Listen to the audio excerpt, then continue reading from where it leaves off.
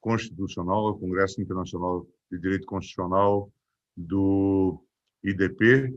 É um evento que se repete por muitos e muitos anos, e neste ano, como já anunciamos pela manhã, nós acabamos tendo que fazê-lo como na forma de webinar, e acabamos por aproximar, então, o evento de Lisboa, o Fórum de Lisboa, deste evento que normalmente ocorre nesta época do ano, entre outubro, novembro, às vezes dezembro.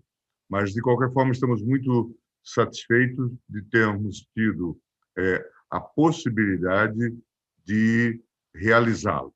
De fato, é uma marca na experiência nossa do direito constitucional, e hoje nós vamos ter a honra de ter na abertura o deputado Rodrigo Maia, que dispensa apresentações.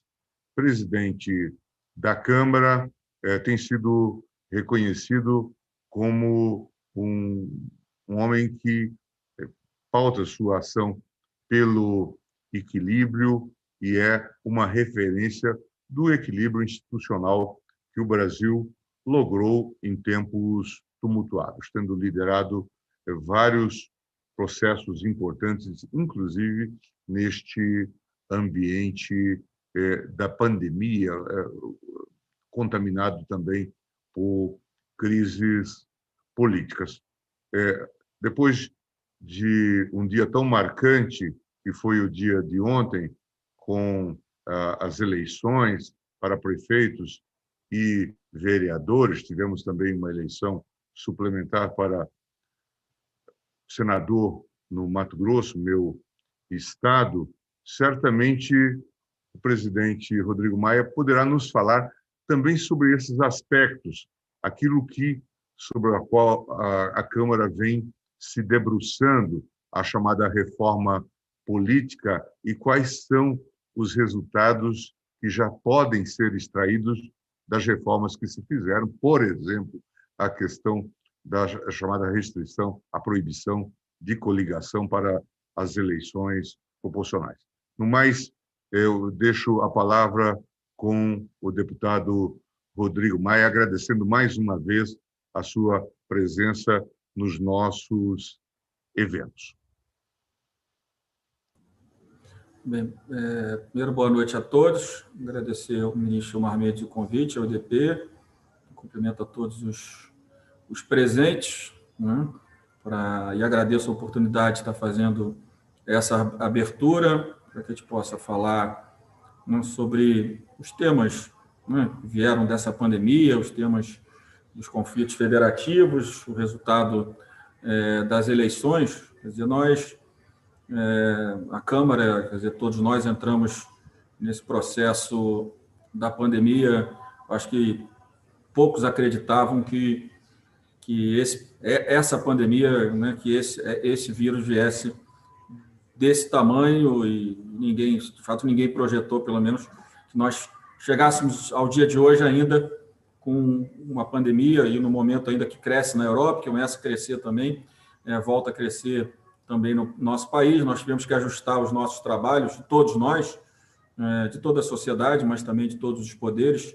Tivemos que criar um sistema de votação virtual rapidamente e tratar de garantir as condições, inclusive com mudança constitucional, logo no início do processo da pandemia, para que o governo tivesse as condições de enfrentar esse processo, né, e também acompanhando todos os conflitos que tivemos, agora de forma menos conflituosa, mas que em alguns momentos foi muito conflituosa, na relação sobre responsabilidade de municípios, estados e do governo federal. Esse é um conflito, de fato, numa federação frágil como a nossa, né, onde o governo federal sempre tem muito protagonismo, muita força, né, diferente da Federação Americana.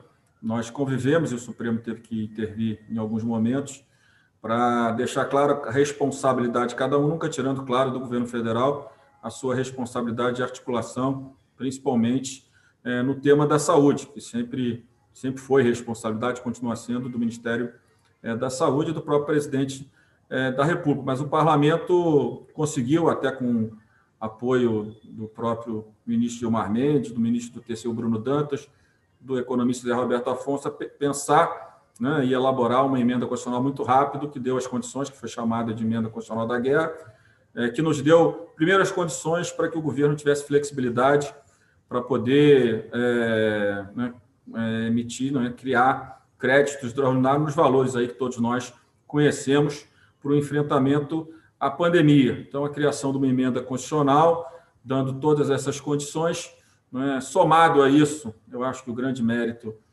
do nosso trabalho e dessa emenda, diferente de outras crises, principalmente a de 2008 e 2009, dessa vez nós construímos o arcabouço legal com início, meio e fim.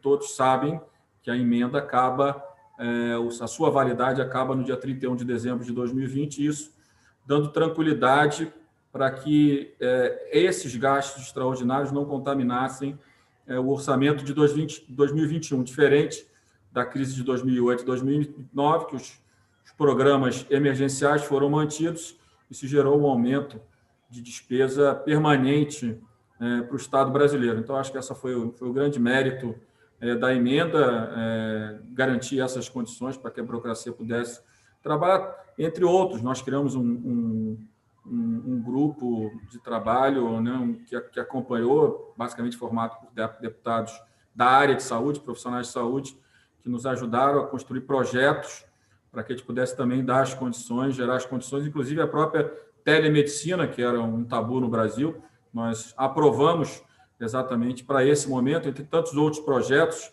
de apoio ao governo federal, fora os créditos, óbvios, para que o Ministério da Saúde pudesse trabalhar, também crédito, medidas provisórias de crédito para o micro, pequeno e médio empresário.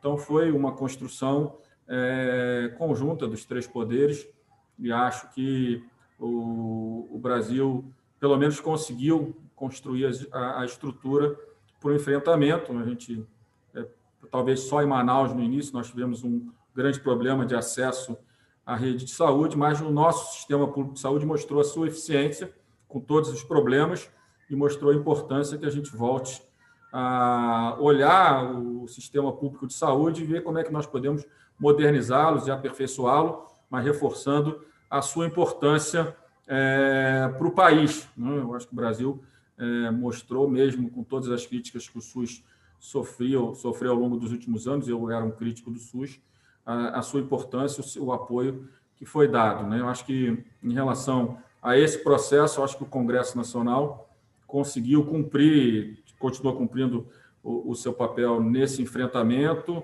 com diálogo com o governo federal, com o Poder Judiciário, com governadores e prefeitos. Conseguimos adiar a eleição para esse período agora, eu acho que foi uma decisão acertada, mesmo com o adiamento a gente viu um aumento das abstenções, que, aliás, vem crescendo ao longo das últimas eleições, 17%, 20%, agora na média 23%. Certamente as pessoas mais idosas certamente foram as que ampliaram a taxa de abstenção, mas foi uma decisão acertada, certamente a realização de eleições durante o mês de agosto e setembro, para que a votação ocorresse em outubro, seria um momento muito mais difícil e delicado do que foi agora. Então, acho que foi também uma outra decisão, uma outra emenda constitucional que o Senado votou depois a Câmara, e, claro, os resultados da eleição, a demonstração.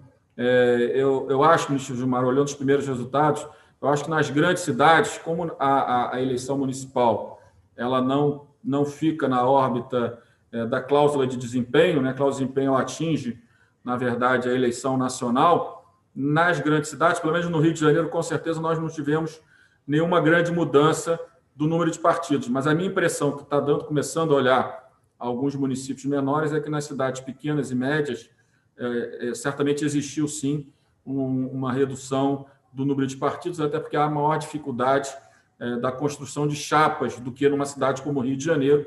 Mas eu acho que na eleição nacional, como há a cláusula de desempenho, a vinculação a isso ao mandato dos deputados federais, eu acredito que a gente terá uma mudança mais significativa, inclusive na esfera, nos grandes estados, diferente, pelo menos, do que aconteceu no Rio de Janeiro, mas eu estava vendo o município do interior, Quissamã, apenas 3 partidos elegeram vereadores.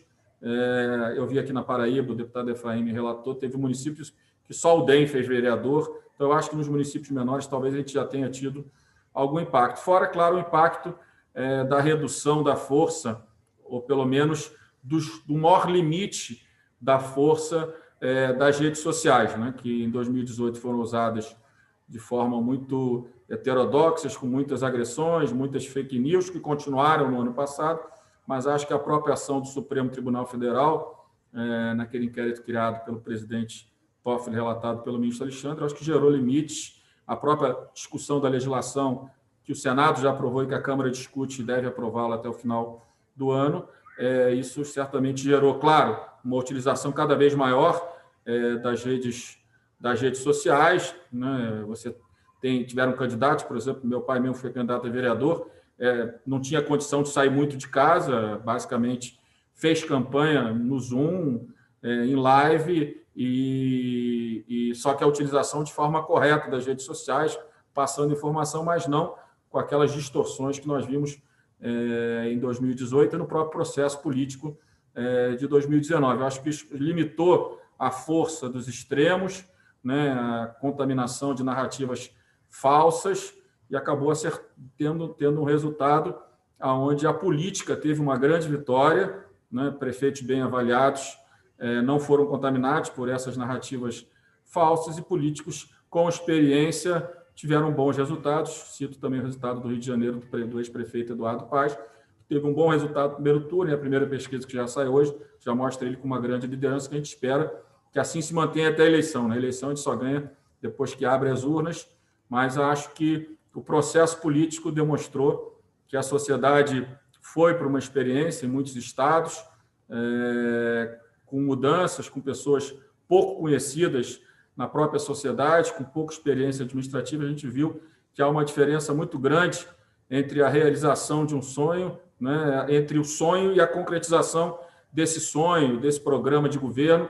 Há uma separação muito grande. Não adianta apenas ter boas ideias, né, as ideias precisam estar baseadas em experiência administrativa, experiência política, para que isso possa se tornar realidade. A gente viu muitos estados aí com grandes problemas, Rio de Janeiro, Santa Catarina, entre outros, onde a falta de experiência, entre outros problemas, infelizmente, geraram crises, continuam gerando crises muito grandes. Então, eu acho que é um pouco isso o resultado da eleição. Eu acho que ele recoloca a política no ambiente do diálogo, aqueles que dialogaram, aqueles que, né, conversaram com a sociedade, eu acho que tiveram um resultado positivo na eleição, uma boa sinalização. É claro que a eleição municipal ela não tem essa influência toda na eleição nacional, mas você poderia ter tido aí um ambiente de continuação de uma certa onda que, pelo menos para essa eleição, ela não foi mantida, ela foi quebrada, e acho que ela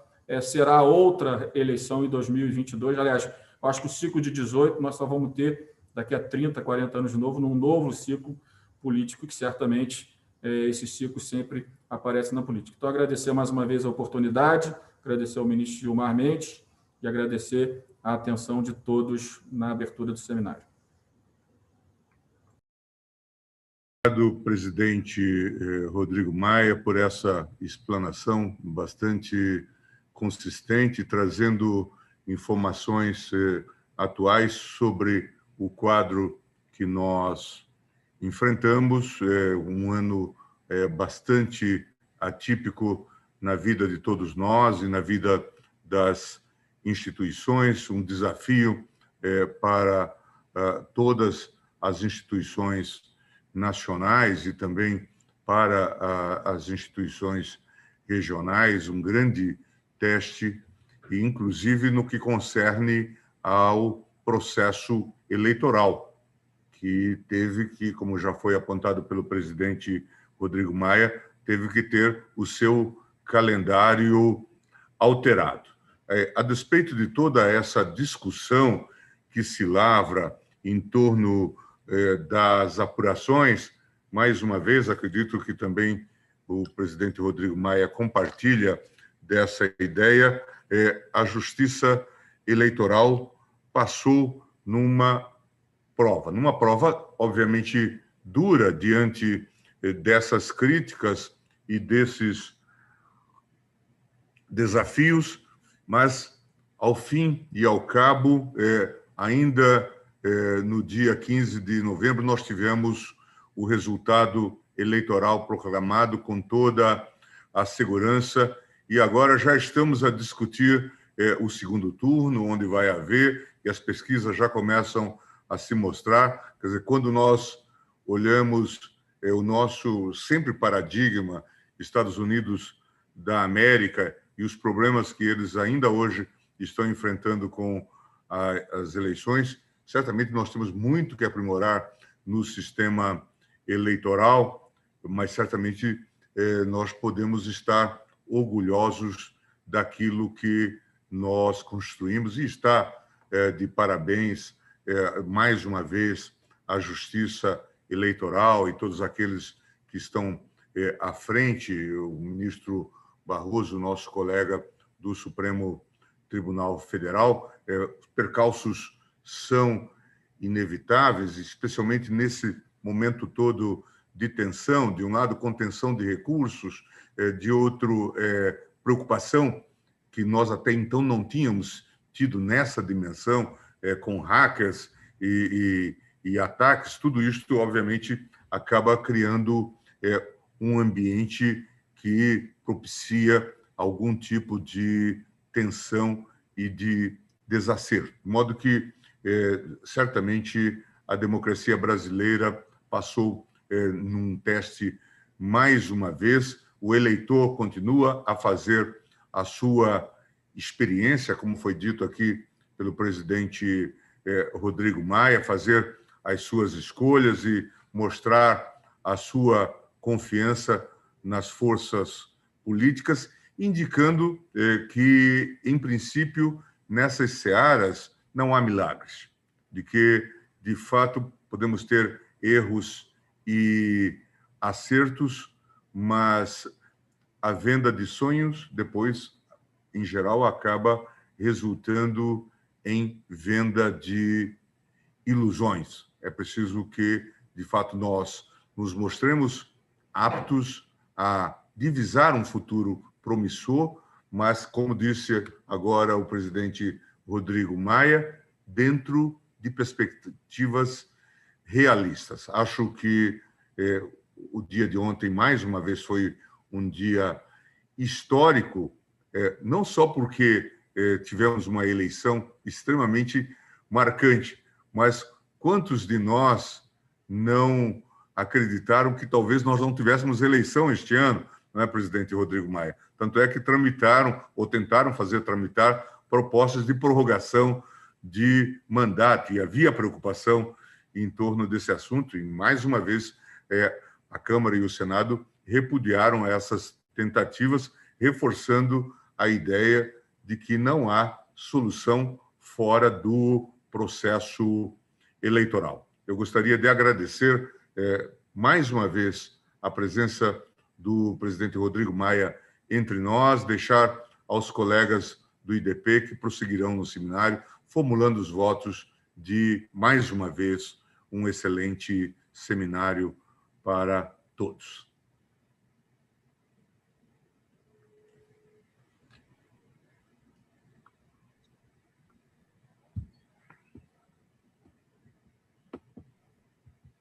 Laís, a palavra está com você. Muito obrigada, Gabriela. Uma boa noite a todos.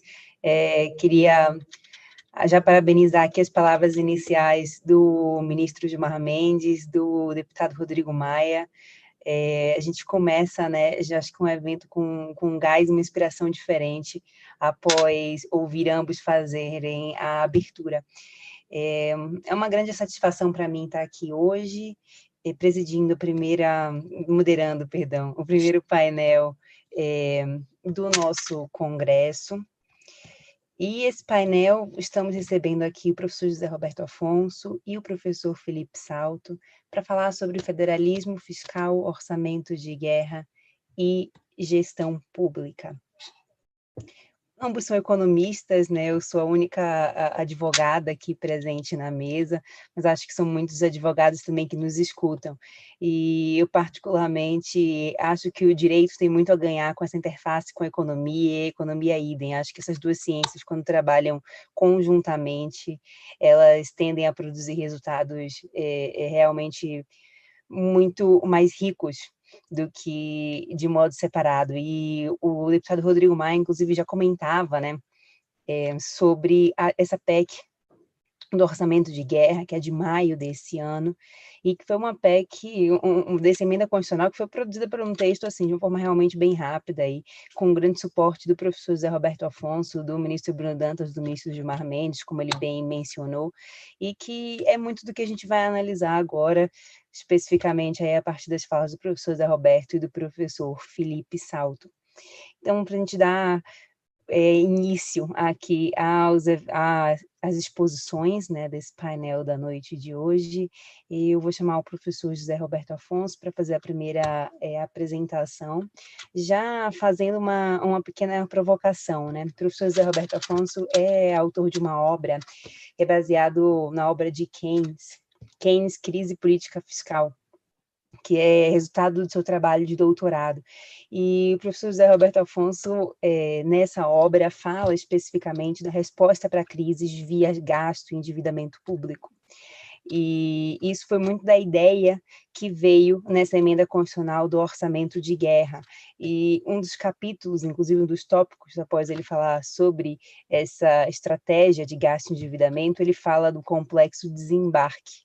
Então, eu já queria fazer essa provocação inicial para o professor José Roberto Afonso para contar um pouco para a gente sobre essa ideia da emenda constitucional do orçamento de guerra e se ele já tem aí alguma perspectiva de como será esse complexo desembarque para o Brasil. Boa noite, professor José Roberto. Boa noite, Laís. Boa noite ao Salto. Antes de tudo, agradecer ao IDP pela oportunidade. Estamos em casa, mas é sempre bom debate e ampliando os leques. Laís, assim, sobre a sua pergunta, eu acho que não dá para pensar em desembarque, porque está vindo a segunda onda aí, pode ser até que você precise agora embarcar no que a gente ainda não embarcou, né? Pelo menos do lado da saúde, é muito preocupante o cenário. O que eu queria, acho que, reforçar, né, em toda a nossa conversa, antes de tudo, eu acho que o mais preocupante, para ser sincero, é quando a gente abre a revista do The Economist, foi sábado, né, passado, e publicaram uma pesquisa com algo como, acho que devia ter 30 maiores países do mundo. E como a pergunta era aos cientistas, perguntando assim, se o seu trabalho, né, se as suas pesquisas, se a sua produção é utilizada pelos formuladores de políticas públicas.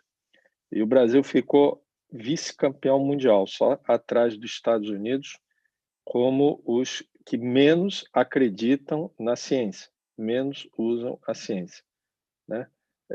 É muito triste a gente ver um quadro como esse, sobretudo num país que tem uma produção científica, né, muito importante, tem universidades, né, de peso, tem pesquisadores, tem formuladores, pesquisadores hoje, inclusive, no setor privado, fazendo sucesso para fora do mundo em torno de questões de TI, né, que mais do que nunca você tem uma economia indo para a digitalização.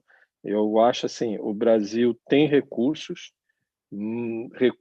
mais do que financeiros, recursos humanos, e precisa, mais do que nunca, lançar mão desses recursos para conseguir superar as dificuldades que se enfrentam, né? E quando a gente fala em ciência, volto a insistir, eu já falei isso em várias, né, apresentações, debates, inclusive com você, com o Salto, as pessoas precisam parar de pensar assim, que o cientista é só o que está lá no laboratório procurando vírus, procurando vacina, né? E isso que a gente está fazendo aqui é ciência e tem que ser tratado como ciência, né? Tem que se dar opiniões com evidências, tem que se fundamentar, né?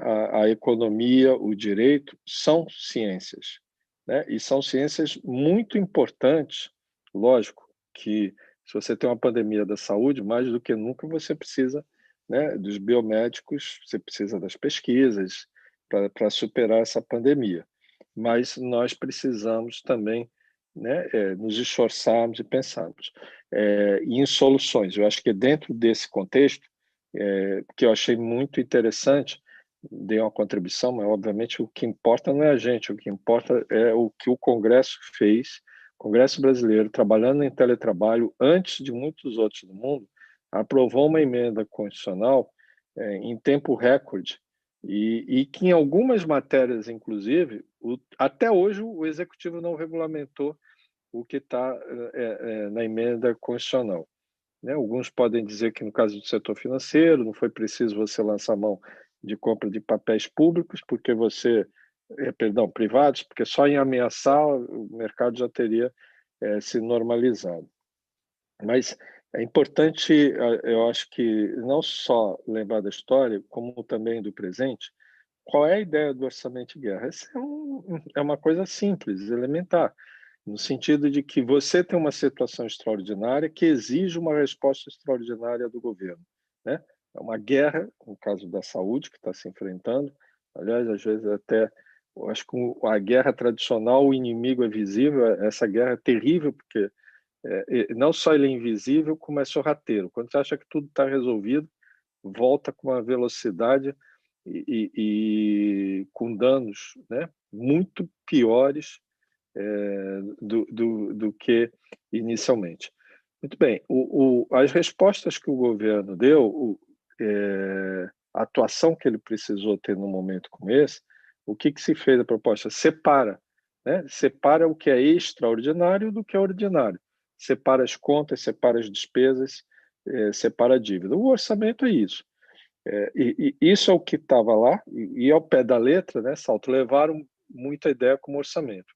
Eu acho que está na hora de se pensar além da mera figura de pegar continha e colocar em separado, né? A gente precisa pensar nisso como um regime extraordinário. Eu acho que talvez caberia e seria muito prudente, ajudaria talvez ter uma lei complementar, né, tratando desse assunto, que desse uma visão mais abrangente da atuação do Estado de duas fases. Uma é do enfrentamento da crise de saúde, que não acabou, pelo contrário, está ressurgindo, né, de novo aí, no Brasil. O enfrentamento deste vírus, e a pergunta acho que é o Covid, né, não sei o que lá, SARS-2, né, que resultou na doença Covid-19. Muito bem, os nossos sistemas de saúde falharam de evitar que esse vírus chegasse. Depois desse, pode vir outros. E o sistema foi consertado, né? A falha que permitiu, né, esta pandemia já está resolvida, e nós não vamos ter uma pandemia de outro vírus, né, que venha. Vírus toda hora tem, né? Vírus da gripe, então, anualmente a gente tem. Então, a gente tem que repensar todo o nosso sistema de saúde. Né? Esta aqui é uma batalha que ainda está começando, estamos longe de terminar. Né? A outra batalha é econômica, social, né? Acho muito interessante para estar discutindo auxílio de emergência.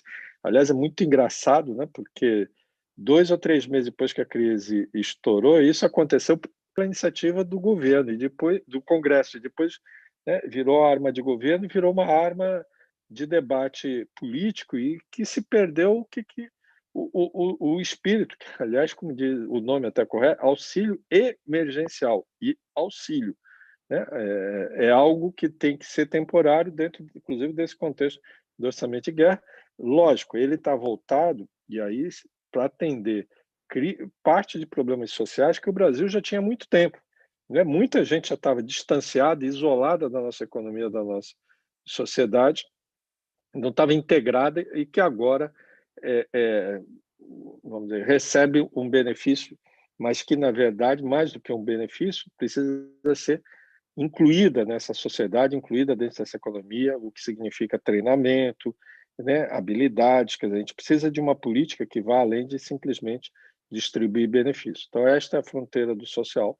A fronteira do econômico, a gente nem precisa falar aqui muito. Felipe vai tratar mais todas as questões fiscais, toda a questão, né? Estamos longe de resolver retomada de crescimento da economia, que, aliás, já não crescia antes até do Covid chegar, já estava, né, regredindo.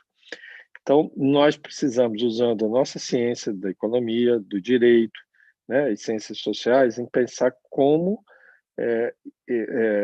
encadear melhor os nossos instrumentos, sobretudo de políticas públicas. Muitas passam por maiores e novas legislações, e outras passam, né, por ações governamentais, em alguns casos da justiça. Aliás, a justiça brasileira age mais talvez proporcionalmente do que o legislativo e do que o executivo. Precisamos precisamos saber onde estamos, formularmos saídas. Para encerrar, queria destacar esta iniciativa que o Congresso brasileiro teve no enfrentamento à crise, e que óbvio que a gente separa, tem eleição municipal, como agora que foi comentado, mas você tem um espírito do Congresso muito interessante de se abrir, de discutir, né, soluções. Aliás, no meio desse processo todo, você votou lei de saneamento, você votou lei de gás, quer dizer, continua aprovando mudanças e, na minha opinião pessoal, o Congresso fazendo o seu papel, como o Judiciário funcionando como nunca, né? Que eu diga, o teletrabalho representou uma revolução do STF até os juizados, né, de primeira instância. E nós temos que aproveitar, né, esta boa disposição para buscarmos soluções para os desafios enormes que nós temos pela frente. E acho que a ideia aqui, né, Laís, é fazer colocações breves, depois a gente pode aprofundar nas questões que tiverem interesse. Mas volto, isso aqui é um congresso, né, de direito é a ciência, como economia é a ciência. Precisamos valorizar a ciência para saber aonde estamos, para onde nós vamos e como que a gente consegue fazer essa travessia, né? É muito triste ter um país que tem tantos recursos humanos, tecnológicos, aparecer como, né, um dos países do mundo onde que menos se usa a ciência para se governar. E governar é enfrentar problemas, é resolver problemas. Fico à disposição aí para a gente debater depois. Muito obrigada, professor Zé Roberto. O senhor estava comentando, né, dessa impressão de fim de pandemia. Eu acho que, inclusive, isso é algo muito interessante, não só porque a gente, falando de segunda onda, eventual segunda onda, enfim, tudo isso que ainda está por vir com relação à crise sanitária, mas também porque nós pensarmos quanto a crise econômica e financeira, ela não se esgota com o esgotamento da crise sanitária, né? Então, ainda que eu tenha uma vacina e que a gente realmente consiga conter a questão sanitária, a gente ainda tem aí, com certeza, períodos desafiadores para a economia e para as finanças públicas, né? Lembrando aí que ainda teve muita suspensão de tributos federais, os tributos vão ser pagos ainda no futuro, bem como diversos outros impactos aos diversos setores da economia, especialmente consumo e serviços, aumento do desemprego, enfim, todos os impactos econômicos que agora, inclusive, estão sendo contemplados pelo auxílio emergencial, eles tendem a trazer aí sérios impactos futuros, né? E mesma coisa as finanças públicas, inclusive, já trazendo aqui um pouco mais a perspectiva federativa, inclusive, e diria até especificamente, as finanças públicas dos entes subnacionais, na medida em que estados e municípios têm a competência tributária, né, sobre o consumo lato sensu, no caso pelo ICMS e ISS. Então, eles foram os primeiros impactados aí em termos de perda de receita tributária, que depois aí tentou se repor por meio de algumas medidas de transferência intergovernamental do governo federal. Mas para trazer mais dados para a gente, que eu sei até que tem relatório novo da IFE, né, que sempre tem muitos dados para a gente, o diretor executivo da Instituição Fiscal Independente, Felipe Salto, com a palavra. Obrigado, Laís. Cumprimentar você, cumprimentar também o Zé Roberto. É muito importante essa iniciativa do IDP, o Congresso Internacional de Direito, e cumprimentar o ministro Gilmar Mendes também, o deputado presidente da Câmara, Rodrigo Maia, que fizeram a abertura do evento. E nesse painel, então, o nosso objetivo aqui é tentar trazer alguns números, complementando o que o Zé Roberto disse a respeito do grave quadro fiscal e econômico que nós estamos vivendo e das incertezas associadas a esse quadro a partir de 2021. Eu vou compartilhar aqui a tela com vocês. Me avisa, Laís, por favor, se você já está vendo os slides. Perfeito, está aparecendo. Então, eu trouxe aqui um resumo dos números mais recentes que nós calculamos para os cenários fiscais e econômicos. Vou tentar trazer um pouco também da problematização dessa questão federativa. A gente sabe que em 2020 houve uma ação muito efetiva e grande do ponto de vista do efeito fiscal para estados e municípios, transferências diretas de recursos e compensações via fundo de participação dos estados FPE e FPM, e essas compensações ajudaram, de certa forma, a amenizar os efeitos da crise econômica sobre as receitas próprias e a dinâmica da arrecadação dos entes subnacionais.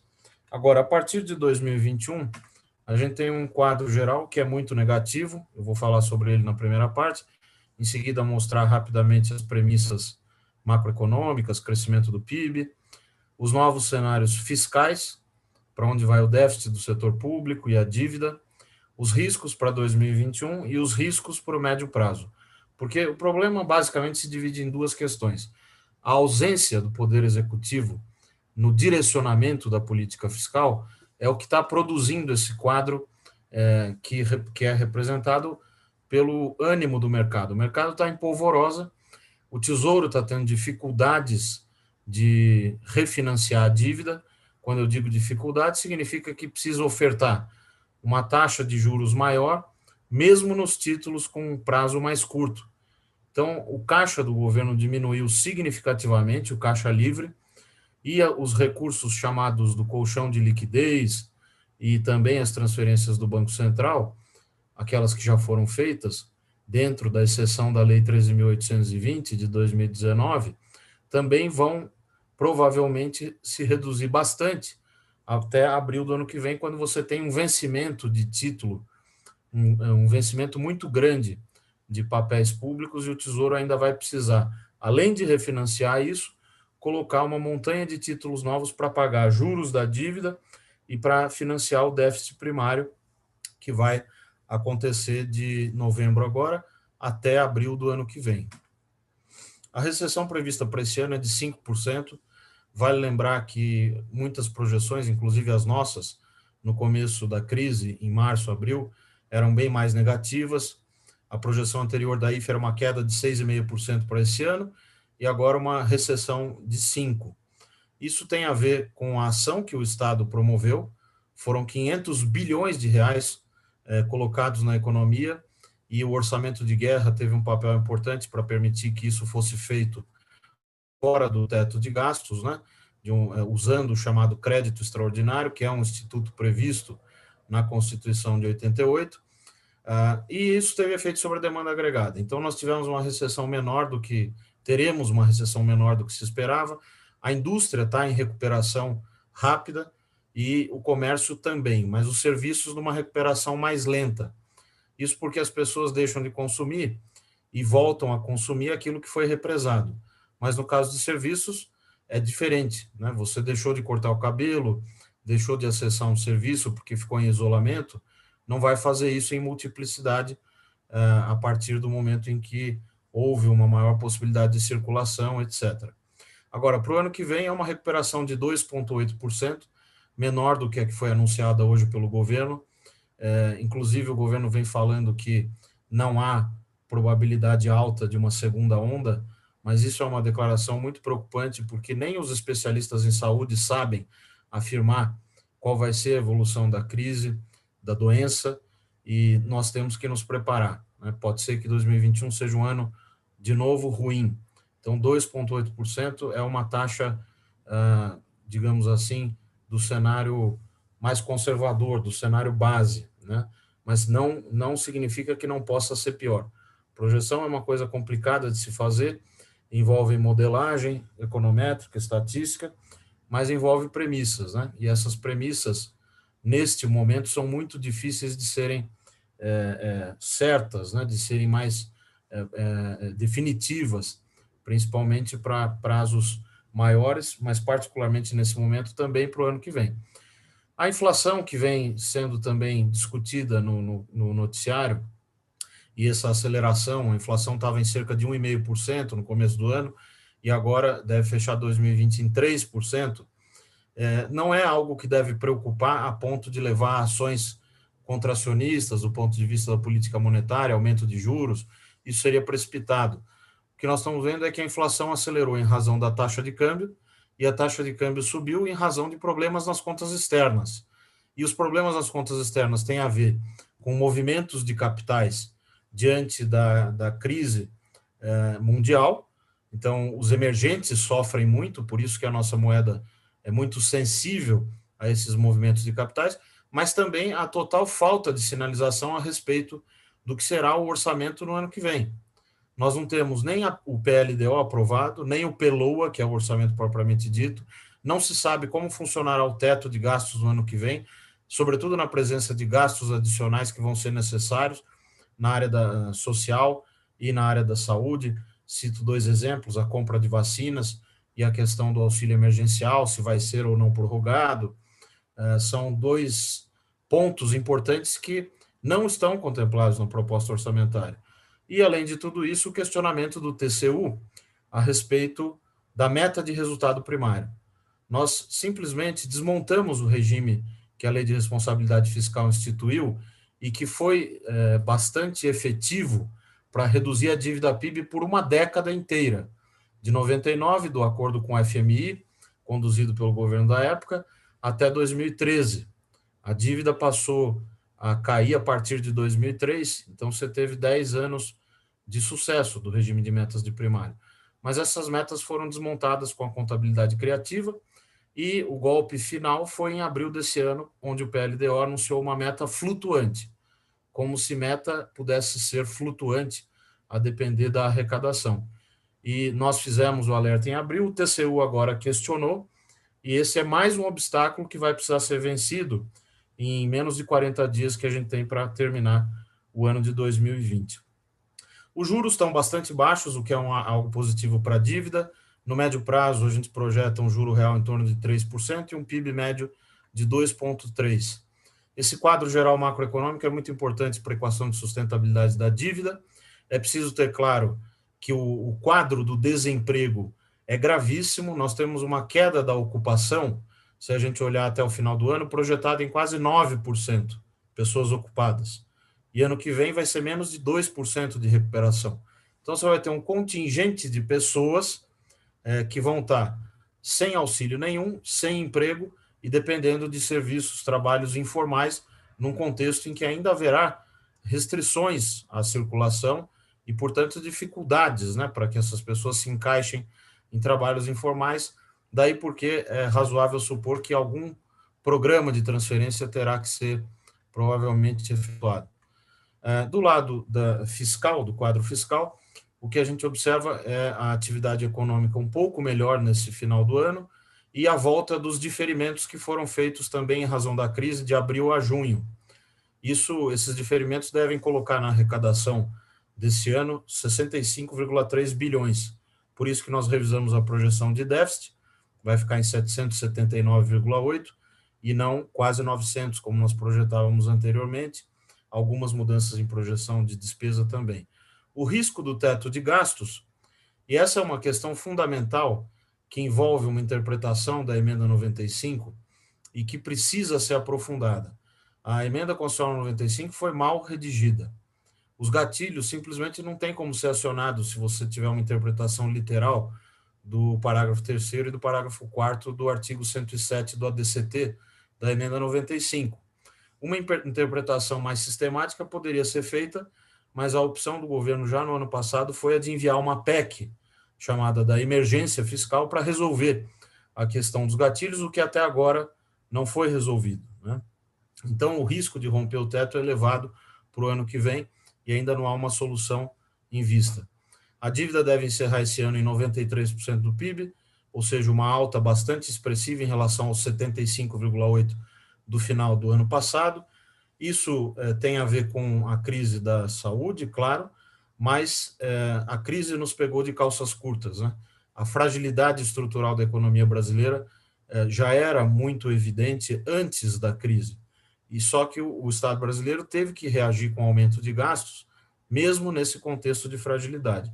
Sair dessa situação vai ser algo pouco trivial, né? Principalmente se não houver logo uma proposta de equilíbrio fiscal de médio prazo que sinalize para a sustentabilidade da dívida num horizonte de 4, 5 anos, o que seria bastante razoável. Nos estados e municípios, por incrível que pareça, o que se vê é a geração sistemática de superávites primários. Eles vão terminar o ano com superávit de 30 a 35 bilhões de reais, e isso não significa que a situação é positiva.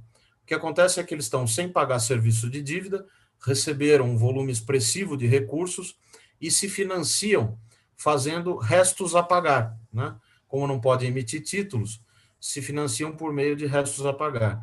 Então, quando a interrupção do serviço da dívida junto à União for revertida, a situação vai estar bastante difícil. É possível que muitos entes tenham contratado despesas obrigatórias e novas rodadas de renegociação vão ser discutidas, a exemplo do PLP 101, que está em tramitação no Congresso e que tem problemas que repetem erros de programas anteriores, a exemplo da Lei Complementar 156, da 159, da 148, e mesmo das renegociações mais antigas dos anos 90 e 80. Basicamente, esse erro é um erro de exigir contrapartidas depois que dá o benefício.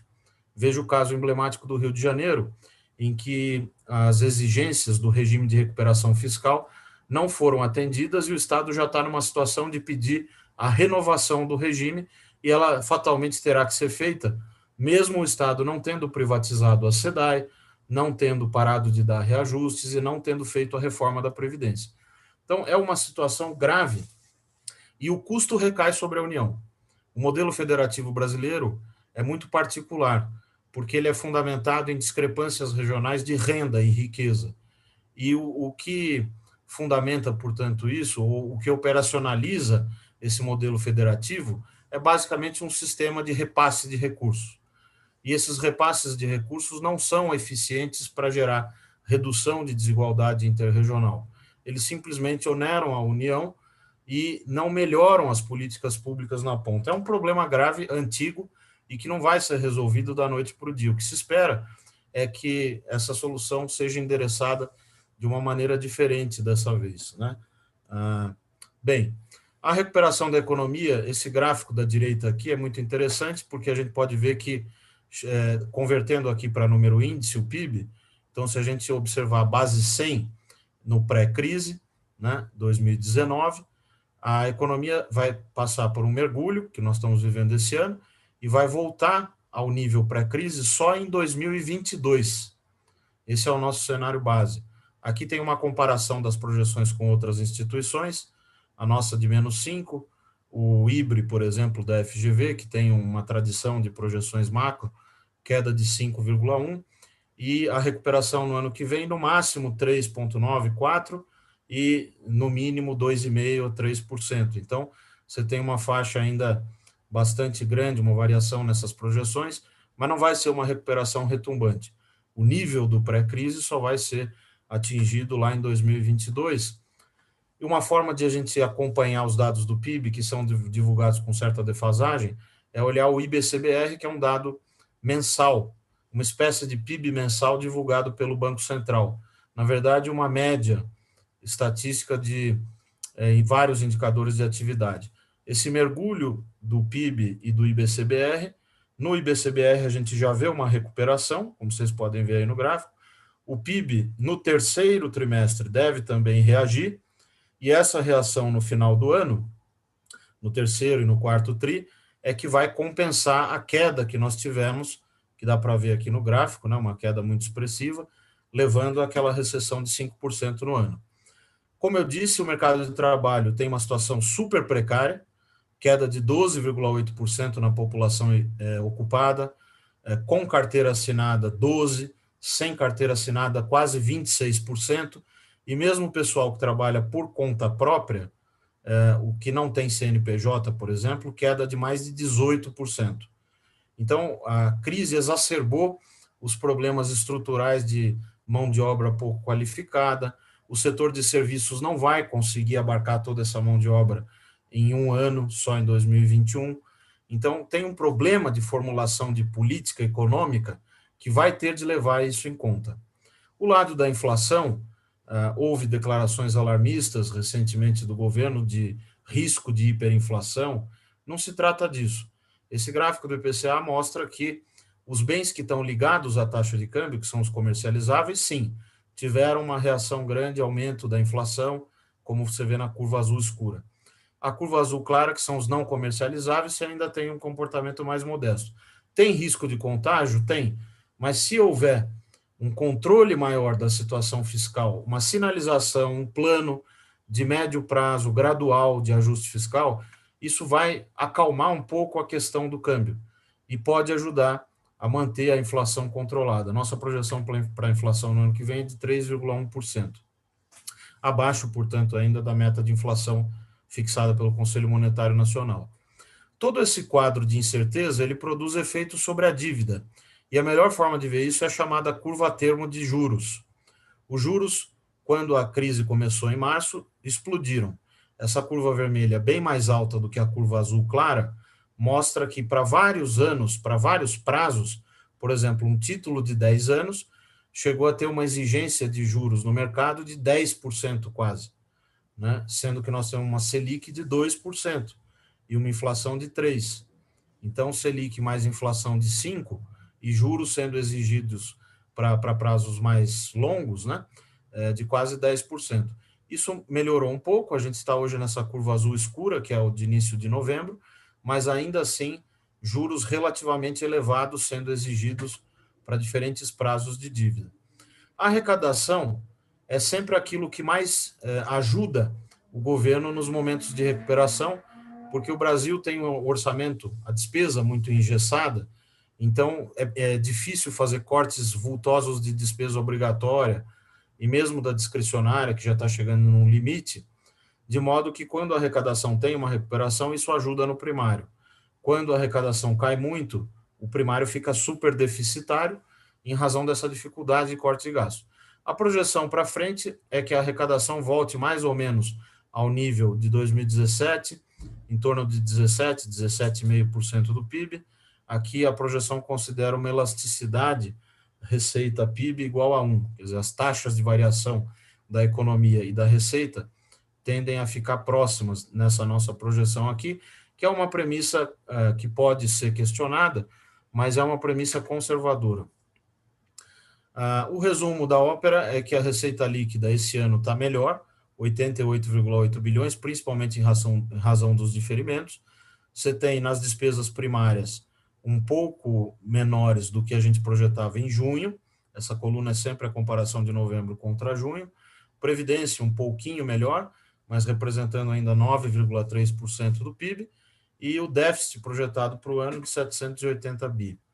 Os gastos contra a Covid já somam 496,8 bilhões, o auxílio emergencial e o auxílio emergencial residual, 600 e 300, respectivamente, vão custar, até o final do ano, 267,9 bilhões. A nossa conta original era 308.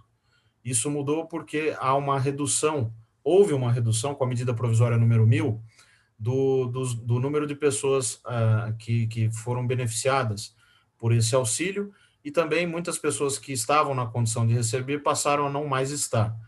Então, essa mudança foi importante, mas continua sendo a principal ação tomada ao longo da crise, e é por isso que é difícil imaginar uma redução a zero desse valor a partir do ano que vem, dado tudo que eu já expliquei sobre o mercado de trabalho e também sobre o efeito que essa injeção de recursos teve sobre a demanda agregada. Aqui na lista você tem outros benefícios, incluindo os estados e municípios, cuja transferência foi de 79,1 bilhões de reais, é muita coisa, inclusive para muitos estados superou a queda de arrecadação própria, né, em relação ao ano anterior. O que eles argumentam é que em relação ao orçamento que eles tinham, não houve a compensação plena. Mas o ideal, a meu ver, é comparar com a arrecadação do mesmo período do ano anterior. E outros programas como o Pronamp, o PES, o PEAC Maquininhas e o PEAC FGI, que são recursos para empresas, né, crédito. As despesas primárias da União vão ter essa trajetória, sobem para 28 esse ano, depois voltam a um patamar próximo do ano passado e caem lentamente se não houver reajustes salariais para servidores, se não houver medidas adicionais em 2021. Então, aqui não tem nessa projeção nenhum tipo de medida adicional computada. Para cumprir o teto de gastos, nós estamos numa situação que o gasto discricionário, aquele que pode ser remanejado ou cortado, em tese, mas que inclui uma série de políticas públicas, inclusive uma parte do gasto constitucional com saúde, vai ficar no ano que vem em 1,5% do PIB. É o menor nível da série histórica. Não tem mais espaço para cortar despesa discricionária. Então, nós estamos num impasse no teto de gastos que é impressionante não ser discutido pelo Poder Executivo. Quer dizer, nós estamos a 40 dias de terminar o ano, a despesa discricionária tem ali uma margem de, no máximo, 12 bilhões para ser cortada ano que vem, não vai ser suficiente. Então, precisa construir uma ponte que represente a transição desse chamado novo regime fiscal para algo que possa, sim, endereçar, de fato, um ajuste que seja perene e que seja factível ao longo do tempo. Sinto dizer que, infelizmente, nós não vamos escapar de um aumento de carga tributária para complementar esse ajuste necessário para reequilibrar a relação dívida-PIB. Esse é o quadro para depois quem quiser olhar as projeções em detalhe, com os destaques que eu faço aqui. A apresentação fica aí disponível.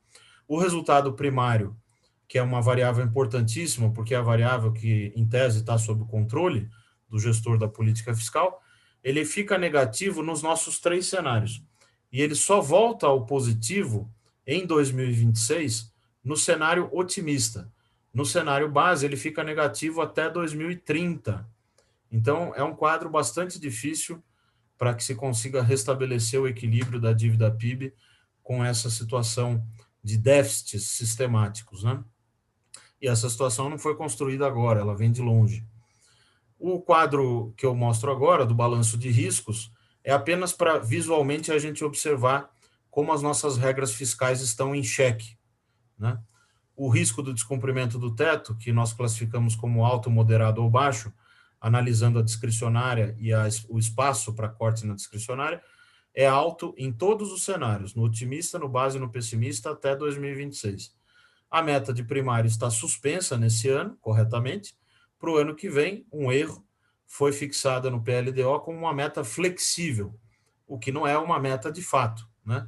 Então, a gente precisa resgatar o espírito da Lei de Responsabilidade Fiscal, que é muito sofisticada, que tem mecanismos, tem válvulas de escape, tem mecanismos de ajuste, como recomenda, aliás, a literatura especializada em regras fiscais, o Debrum, principalmente, e outros que publicam, o próprio FMI, que classificam as regras fiscais segundo a sua eficácia, flexibilidade e a relação que essa regra fiscal possa ter com a dívida pública, que é a principal variável quando se pensa numa política fiscal sustentável.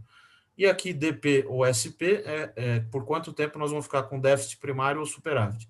Apenas no cenário otimista vai ser possível voltar a gerar superávites primários, dado que o otimista tem uma projeção de PIB, que é uma média de 3,5%, bem maior do que no cenário base.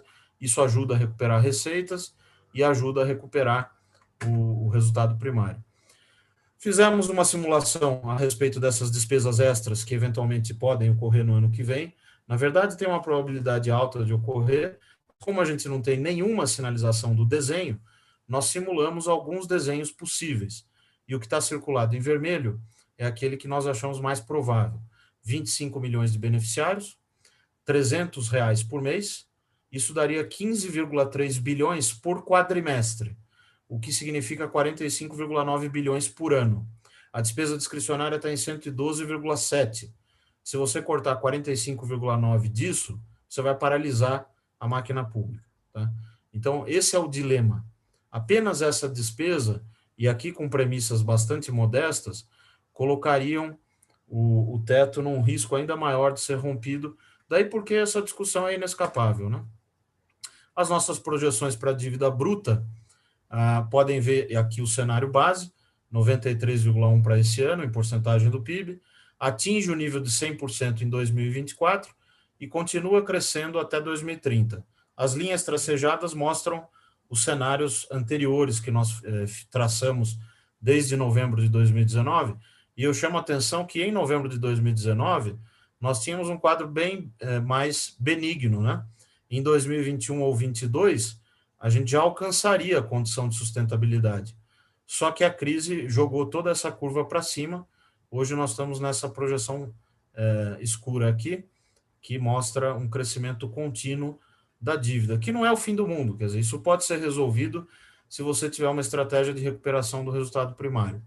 No cenário pessimista, por sua vez, o quadro é bem mais preocupante. A gente pode ter um crescimento acelerado da dívida PIB, 100% já em 2022 e crescendo exponencialmente até 156% em 2030. Aqui são os três cenários plotados conjuntamente. O cenário otimista, que eu não tinha mostrado ainda, né, ele acabou ficando bem parecido com o que era o nosso cenário base há um ano atrás, para vocês verem como a situação piorou expressivamente. E vou caminhando para o final, mas eu quero agora, além dessas questões que eu mostrei de risco fiscal, de necessidade de melhora do primário e dos riscos de curto e médio prazo, é preciso olhar também o lado financeiro.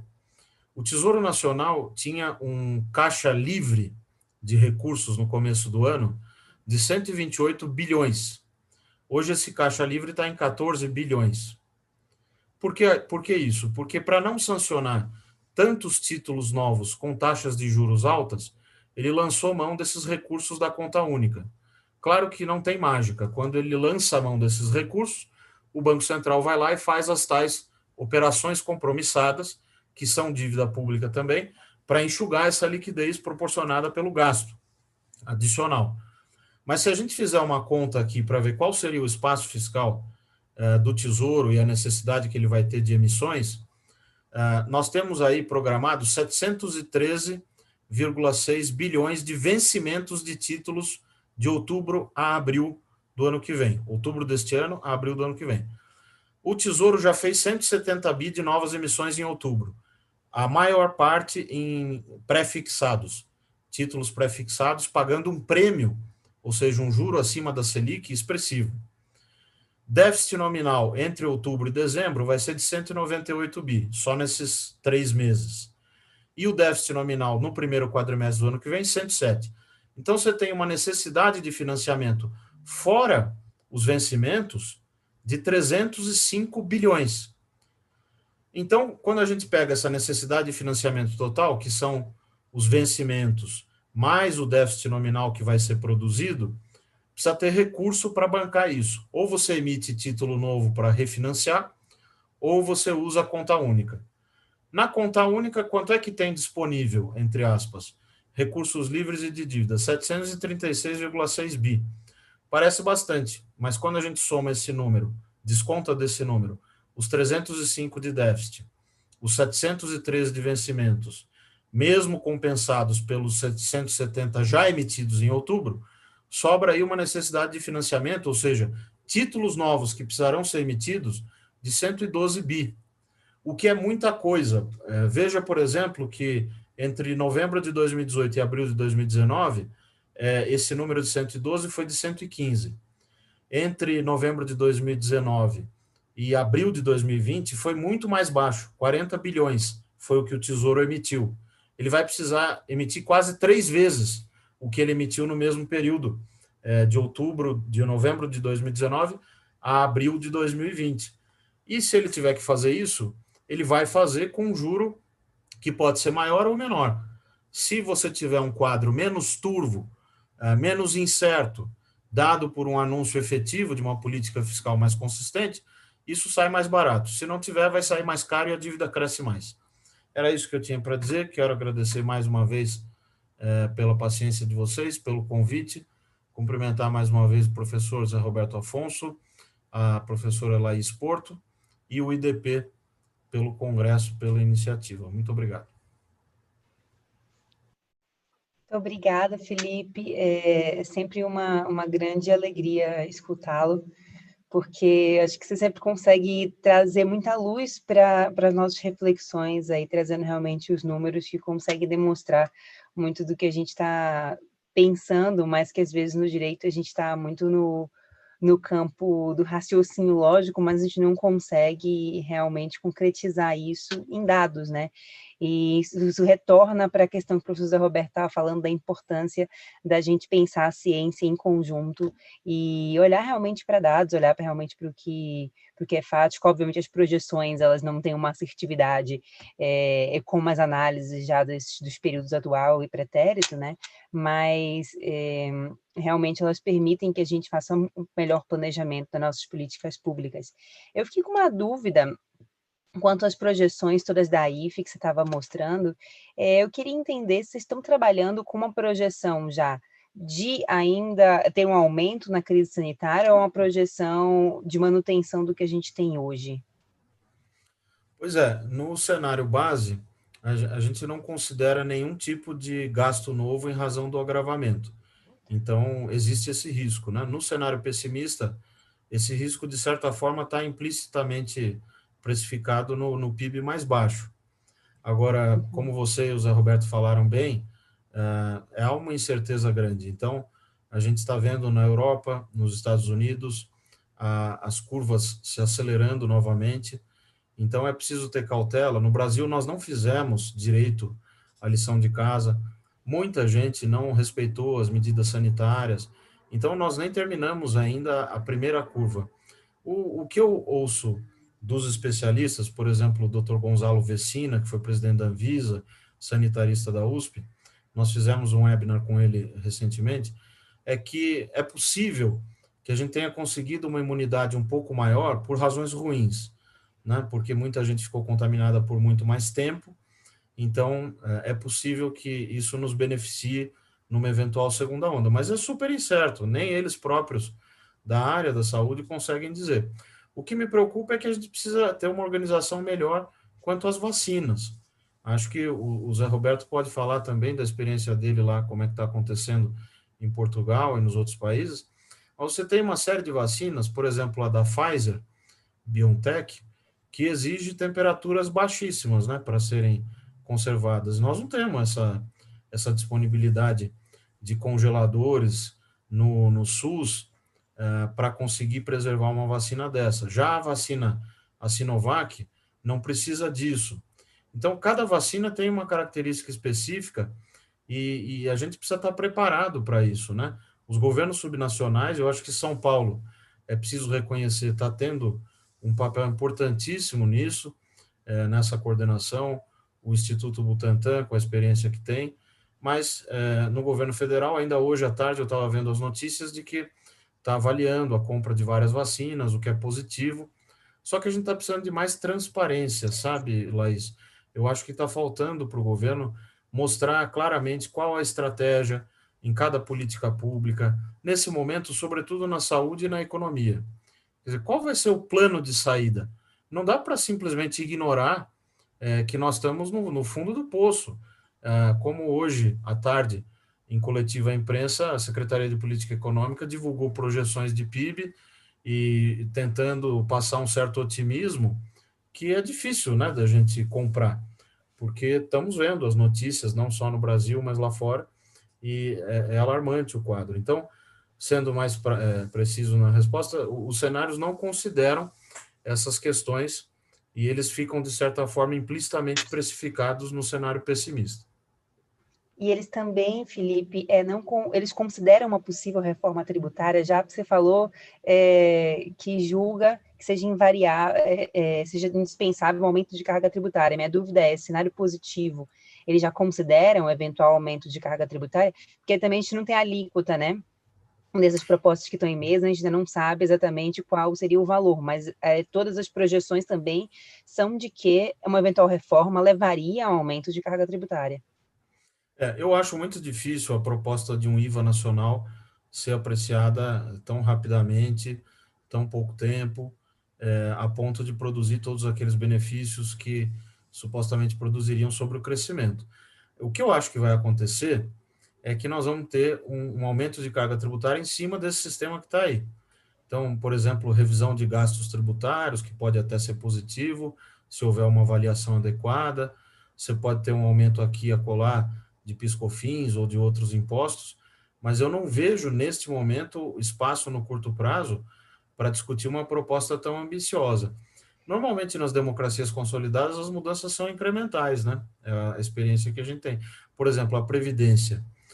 O governo Fernando Henrique fez o fator previdenciário, perdeu por um voto no Congresso a idade mínima. Depois, o governo Lula e Dilma fizeram o FUNPRESP, que vai ter um efeito muito significativo na previdência dos servidores a longo prazo.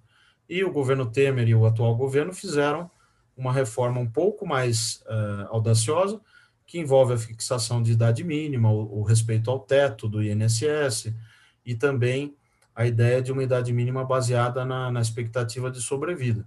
Na tributária, eu acho que esse amadurecimento está acontecendo, mas a gente está um pouco descolado do resto do mundo, né? Você e o Zé Roberto têm publicações importantes sobre isso, e enquanto o resto do mundo está discutindo tributação 4.0, como é que vai lidar com esse desemprego gigantesco, as pessoas simplesmente não vão ter funções nas quais possam ser adequadas. Isso é um problema social também importante e pode afetar a arrecadação. Agora, eu acho difícil esse debate acontecer nesse momento, quando a gente não consegue nem fazer o beabá, que é aprovar um orçamento para o ano que vem.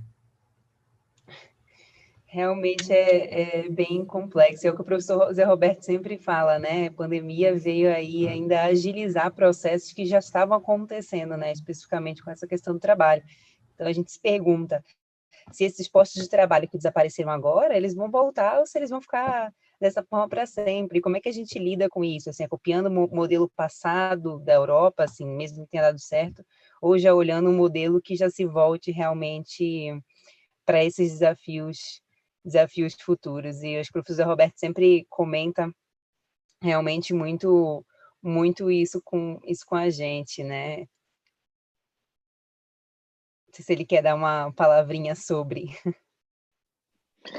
Laís, pode, acho que como você já colocou, Felipe, acho que pouco a acrescentar, esta questão da tributação da base salário ou da base emprego, eu pessoalmente acho que é o problema tributário mais grave que se tem hoje no Brasil, porque no caso da tributação indireta, o que nós estamos discutindo é trocar um imposto por outro imposto, mas a base de cálculo está lá, você vai cobrar de fato de uma forma melhor, teoricamente mais simples e coisa e tal. No caso do trabalho, a sua base está derretendo, né? Por duas grandes razões, além de todas. Uma é a automação, que é acelerado pela Covid, afinal de contas, robô não pega vírus, né? Não fica doente, e a automação vai ter já está tendo, vai ter um efeito mais drástico ainda sobre o setor de serviço, que é um setor importante do ponto de vista de emprego e do ponto de vista de arrecadação. Se você for olhar a arrecadação da contribuição previdenciária, o setor isoladamente, né, para pegar aqui na 2 dígitos, o setor bancário, depois de governo, é o que mais recolhe contribuição para a Previdência. né? E, obviamente, vai sair dessa crise demitindo, já está demitindo e provavelmente vai reduzir drasticamente o seu contingente de pessoal, né? Com todas as, é uma tendência inexorável. Agora, a segunda é a questão do trabalho independente, quer dizer, não bastasse você ter menos postos de trabalho, você tem cada vez mais muitos profissionais, trabalhadores, sobretudo os mais jovens, interessados em trabalhar sem carteira assinada, quer renda, quer vínculo, mas não quer ter um local fixo, não quer ter um compromisso, não quer ter só, né, um patrão. Vocês vejam que, com todos os problemas que você tem, por exemplo, dos entregadores, né, de aplicativos, recentemente foi feita uma pesquisa perguntando a eles se eles queriam deixar de fazer o que eles faziam, eles disseram que não. O que eles querem é melhorar a profissão deles, né? Ter um pouco mais de proteção, de saúde, de assistência, mas a opção não era no sentido de acabar com essas profissões. Então, nós temos que lidar com essa situação, e por isso, inclusive, o Felipe estava colocando aí, eu, pessoalmente, sou muito cético da questão da possibilidade de aumentar a carga tributária. Não é questão que não precisa aumentar, né? O Felipe já me demonstrou que precisa aumentar, não tem dúvida nenhuma.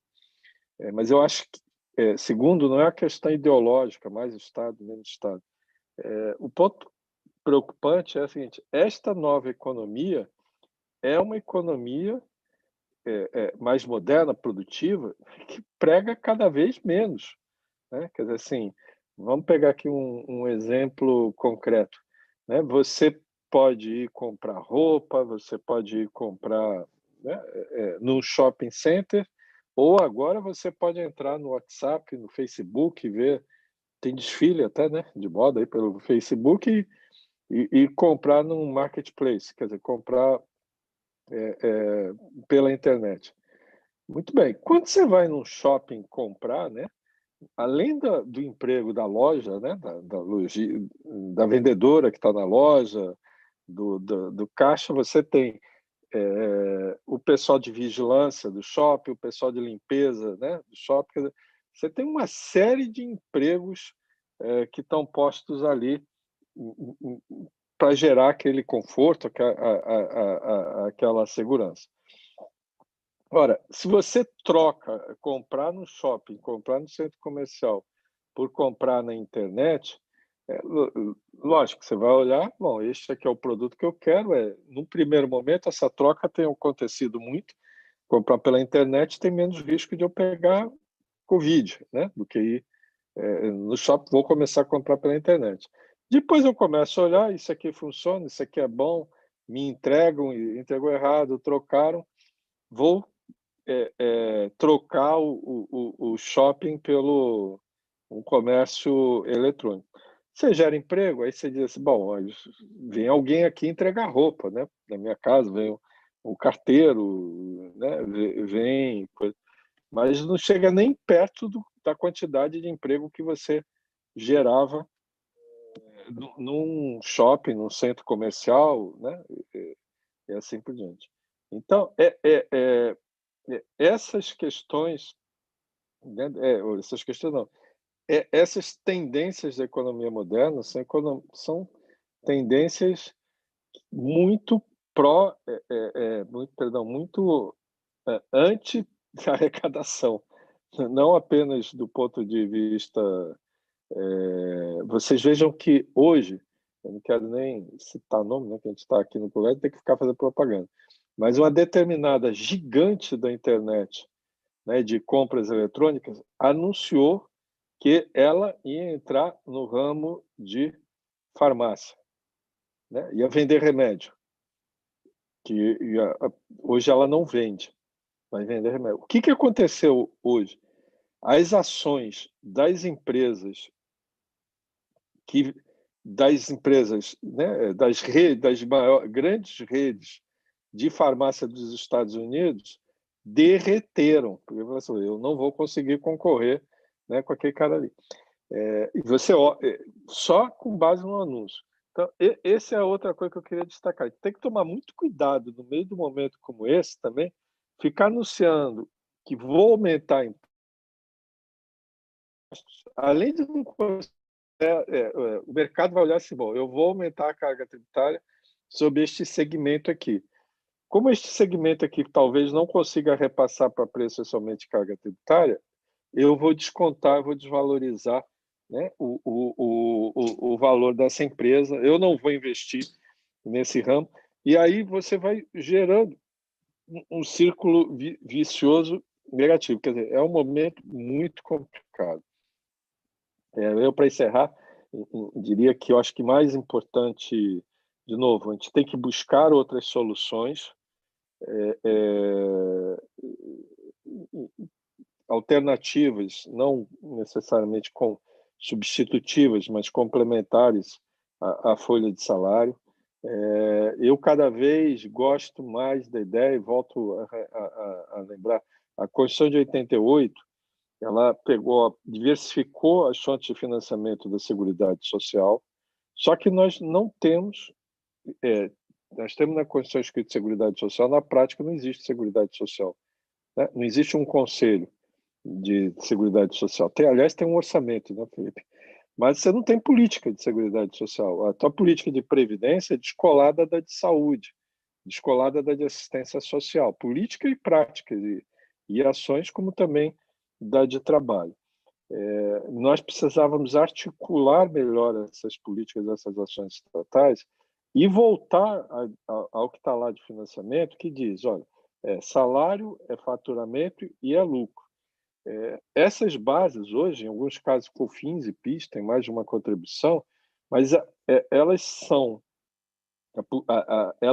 definidas, essas contribuições, apenas do ponto de vista de arrecadar e isoladamente, sem menor integração, sem menor lógica de uma com a outra, né?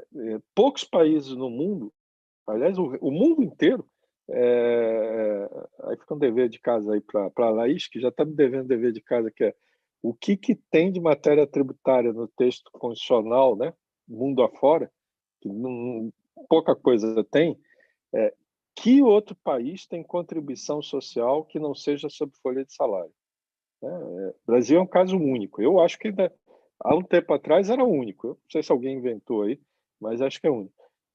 E, de repente, esta nossa excentricidade ao jabuticaba pode ser útil, se você conseguir mesclar uma coisa com a outra. Eu vou aqui encerrar, que estou falando demais, mas você chegar e dizer assim, olha, tudo bem, esta empresa aqui fatura. Eu tenho duas empresas que faturam igual, mas só que uma tem uma contrata, tem empregados, tem emprego com carteira assinada, e a outra não contrata ninguém. Todo mundo, né, prestador de serviço. Honestamente, eu acho que não devia tratar as duas empresas iguais. Você tinha que ter um diferencial. Ao tributar, por exemplo, do faturamento, chega a dizer, olha, você fatura igual aquele, mas como você tem empregado com carteira assinada, você tem que pagar menos imposto do que o concorrente que vai contrata como prestação, né, de serviço, com PJ todo de serviço. Idem sobre o lucro. Bom, você lucra.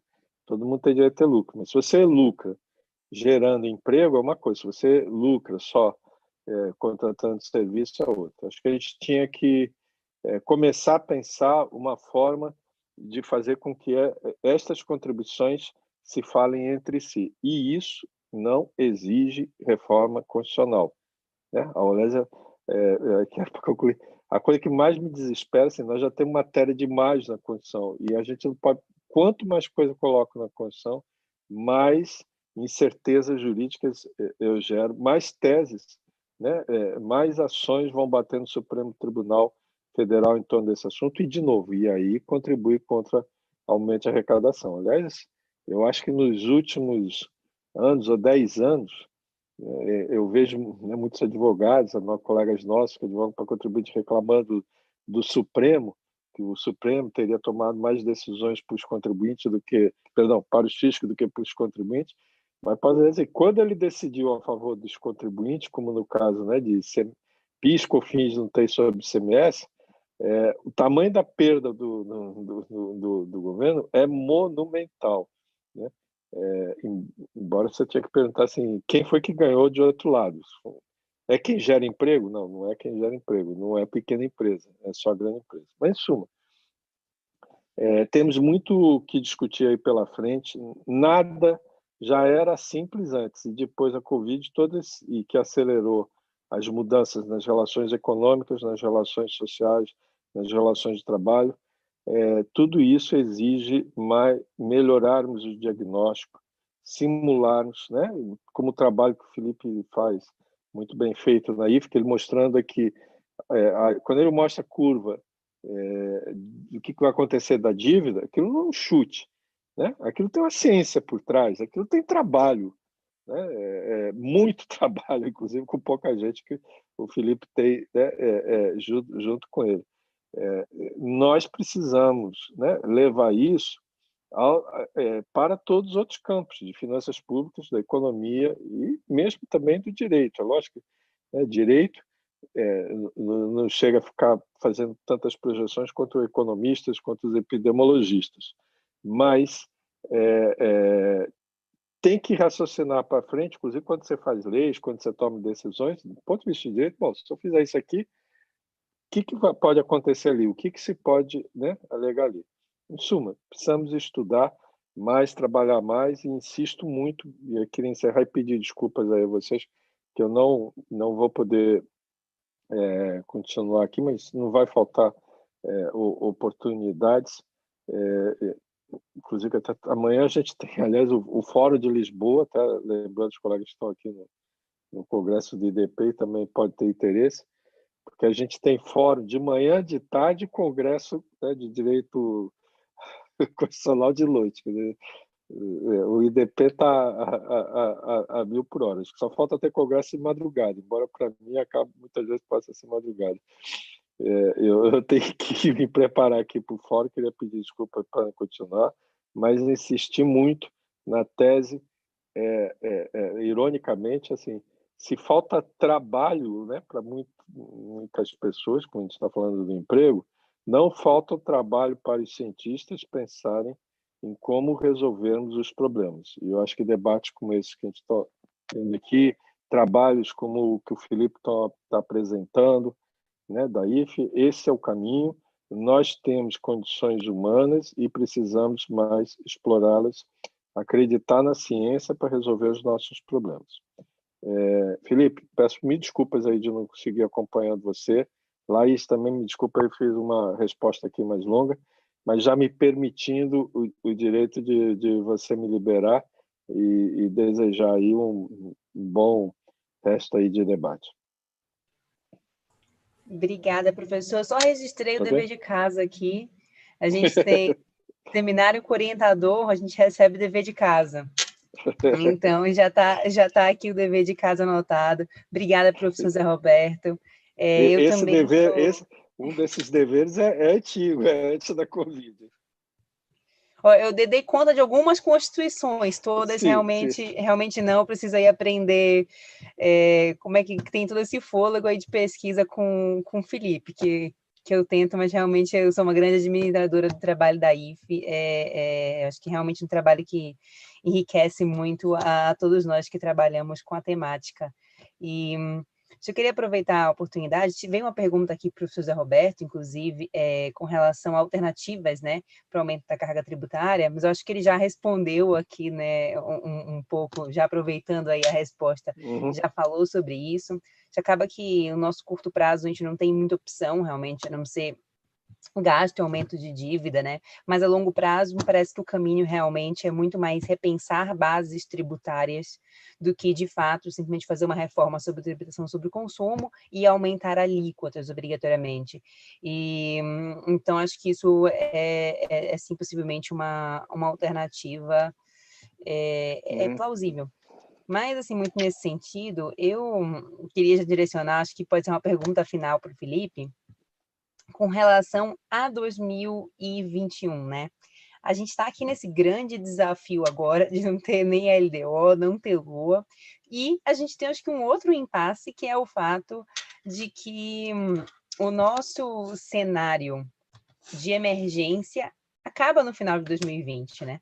Até o momento, a nossa previsão é até 31 de dezembro de 2020. E a emenda constitucional 106, que é justamente a emenda do orçamento de guerra, ela também tem previsão de vigência até o final do estado de calamidade, que até o momento está previsto para dezembro de 2020.